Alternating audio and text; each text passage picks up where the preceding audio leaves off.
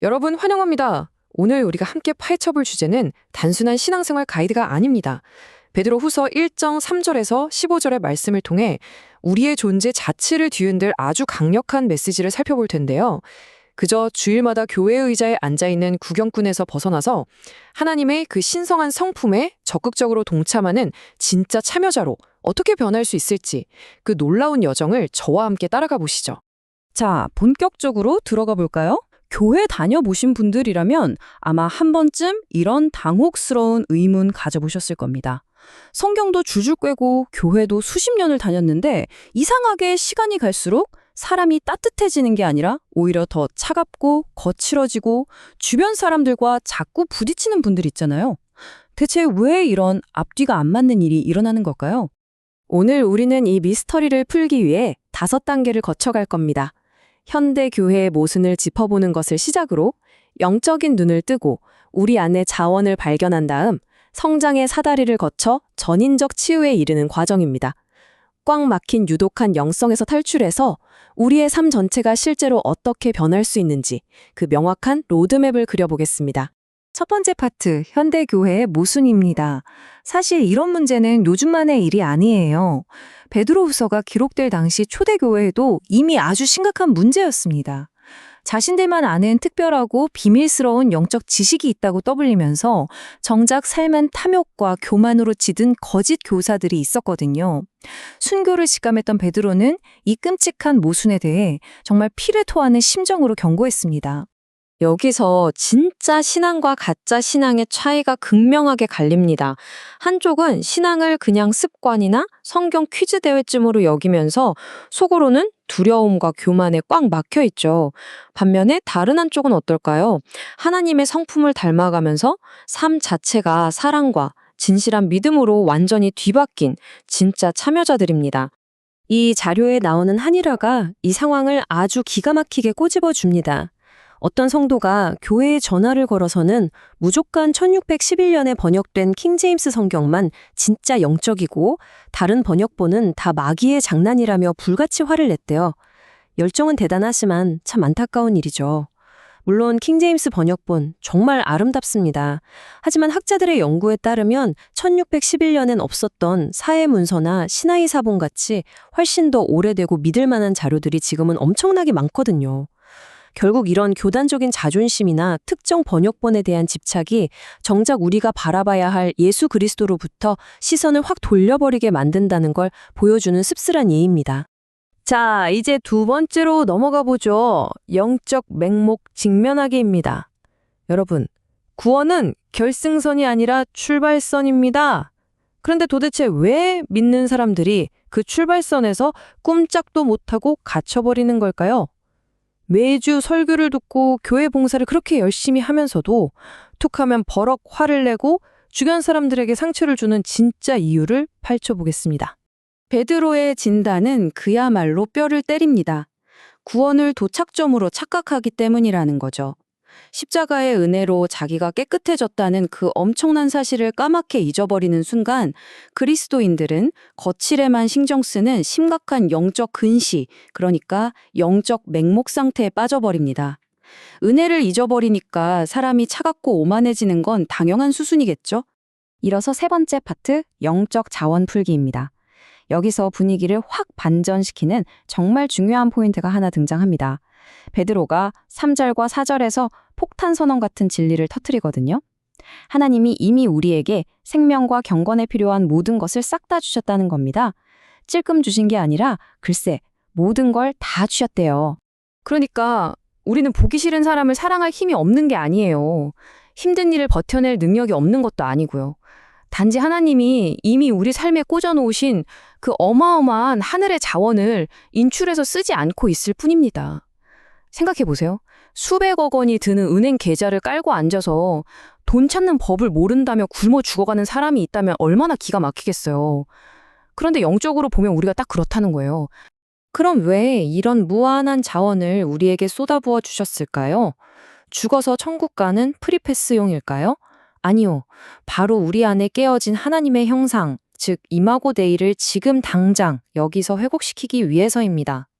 끓어오르는 분노가 따뜻한 사랑으로, 뻣뻣한 교만이 부드러운 겸손으로 바뀌는 그 놀라운 전인적인 변화 말입니다. 네 번째, 성장의 사다리입니다.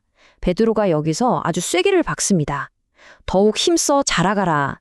구원은 100% 거저 주어지는 은혜지만 영적인 성숙은 가만히 누워있는다고 저절로 되는 게 절대 아닙니다. 농부가 밭에 나가 땀 흘려 일하듯이 우리도 신앙의 밭을 정말 치열하게 일궈내야 한다는 뜻이죠. 여기 베드로가 제시하는 8단계의 사다리가 있습니다. 정말 흥미롭지 않나요? 모든 것은 하나님께 나를 온전히 맡기는 믿음이라는 튼튼한 바닥에서 시작합니다. 거길 딛고 매력적인 덕으로, 상황을 분별하는 지식으로, 배운 걸 삶에 적용하는 절제로 올라갑니다. 그 다음 꾹 참고 견디는 인내와 경건을 지나 끈끈한 형제 우애까지 쭉쭉 이어지는 구조죠. 그리고 마침내 이 사다리의 맨 꼭대기, 과연 무엇이 있을까요? 네, 바로 사랑입니다. 겸손이 쏙 빠진 지식은 남을 찌르는 무기에 불과합니다. 진짜 성경이 말하는 사람은 말랑말랑한 감정이 아니라 나를 깎아내는 희생이고 끝까지 품어주는 용서입니다. 예수님이 십자가에서 보여주신 바로 그 묵직한 사랑이 영적 성숙의 진짜 마침표인 셈이죠. 드디어 마지막 5번째, 전인적 치유입니다. 자, 이제 이런 원리들을 우리들의 팍팍한 현실 세계로 끌고 와보죠. 하나님은 우리가 그저 주일 하루, 교회에서만 그럴싸하게 행동하는 걸 원치 않으십니다. 우리 성격, 감정, 생각 전체가 완전히 뒤바뀌기를 원하시죠. 그럼 이게 매일의 삶에서 구체적으로 어떻게 작동해야 할까요? 우리의 영성이 뿌리내리고 자라나야 할 5가지 실전 영역을 지금부터 하나씩 빠르게 훑어보겠습니다. 첫째, 자아상 치유입니다. 여러분, 제발 스스로를 깎아내리거나 쓸데없이 남과 비교하며 괴로워하는 거 이제 그만두세요. 십자가가 뭡니까? 하나님이 하나뿐인 아들을 내어주실 만큼 여러분이 어마어마하게 가치 있는 존재라고 온 우주에 공식 선언하신 사건이에요.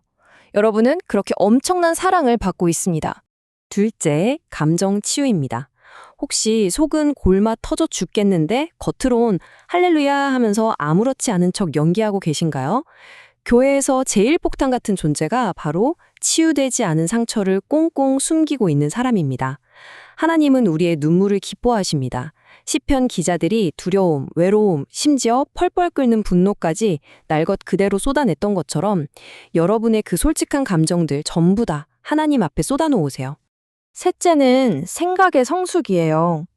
요즘 스마트폰만 열면 설교나 기독교 콘텐츠들이 말 그대로 쏟아지잖아요.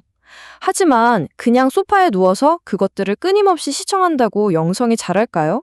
천만의 말씀입니다.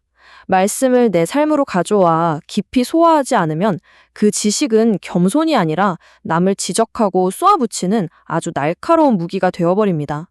우리는 머리로 깊이 사유하는 그리스도인이 되어야 합니다. 네 번째, 공동체 회복입니다.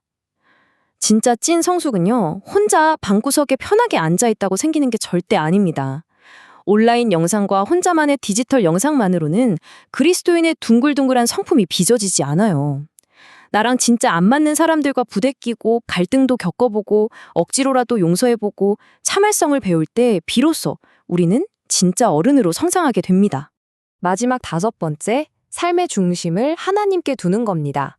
영성은 찬양할 때 잠깐 눈물 찔끔 흘리고 마는 그런 감정적인 흥분이 아닙니다. 나의 평범하고 지루한 일상을 예배와 기도, 말씀으로 하나님께 딱 고정시키는 겁니다. 기도가 빠진 사역은 순식간에 교만으로 변하고 말씀이 없는 열정은 폭주 기관차처럼 위험해지니까요. 자, 이제 결론입니다. 진짜 그리스도인으로 성장할 때입니다. 세상 사람들은 교회 다니면서 자기 입속만 챙기는 이기적인 종교 소비자를 원하는 게 아닙니다. 그들은 어떤 상황에서도 평안함을 잃지 않고 그리스도의 향기를 뿜어내는 진짜를 애타게 찾고 있습니다. 더 이상 그 자리에 주저앉아 있을 때가 아닙니다. 박차고 일어나 자라나야 할 때입니다. 오늘 우리가 함께 나눈 이 놀라운 진리들을 마무리하면서 여러분의 마음을 흔들 한 가지 질문을 남기고 싶습니다. 계속해서 안전지대에 숨어 영적인 어린아이로 머무르시겠습니까? 아니면 하나님의 그 찬란하고 신성한 성품에 참여하는 위대한 사람으로 성장하시겠습니까? 오늘 당장 그 영적 성장의 사다리에 첫 발을 내디디기로 결단하십시오. 그래서 마침내 확신과 벅찬 기쁨을 품고 영원한 나라에 넉넉하게 아주 당당하게 들어가시는 여러분이 되시기를 진심으로 응원합니다.